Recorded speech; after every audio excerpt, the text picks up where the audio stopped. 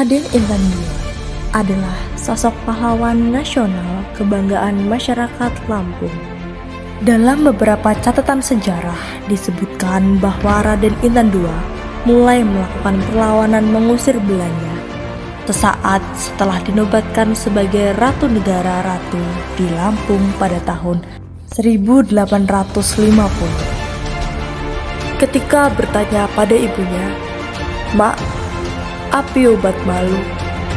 Raden Intan II mendapat jawaban singkat namun penuh makna, yakni mate atau mati.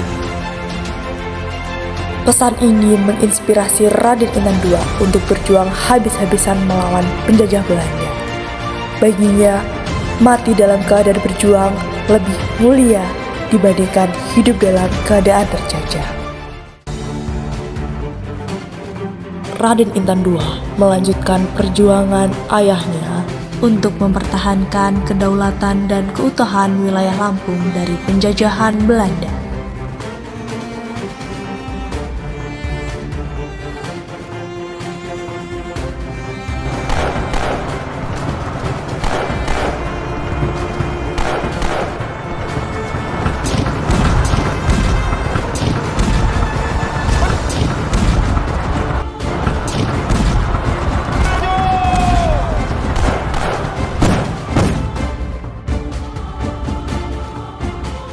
Pada tahun 1856, Belanda berangkat dari Batavia menggunakan kapal perang.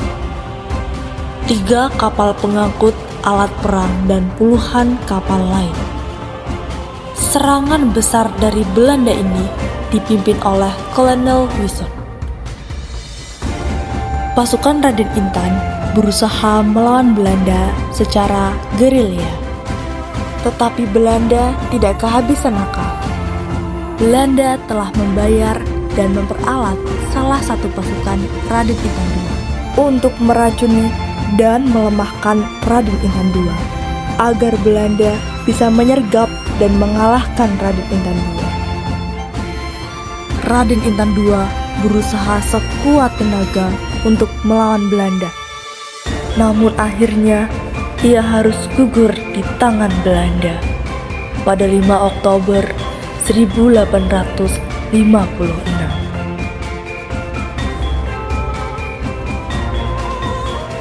23 Oktober 1986, pemerintah Indonesia mengangkat Raden Intan II sebagai salah satu pahlawan nasional.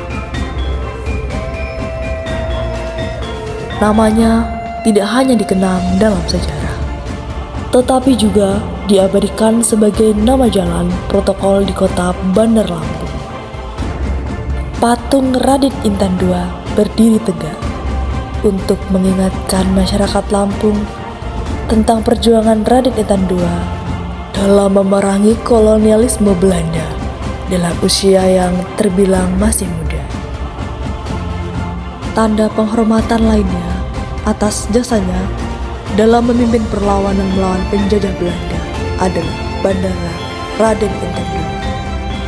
Raden Intan II menjadi pahlawan nasional kebanggaan masyarakat Lampung.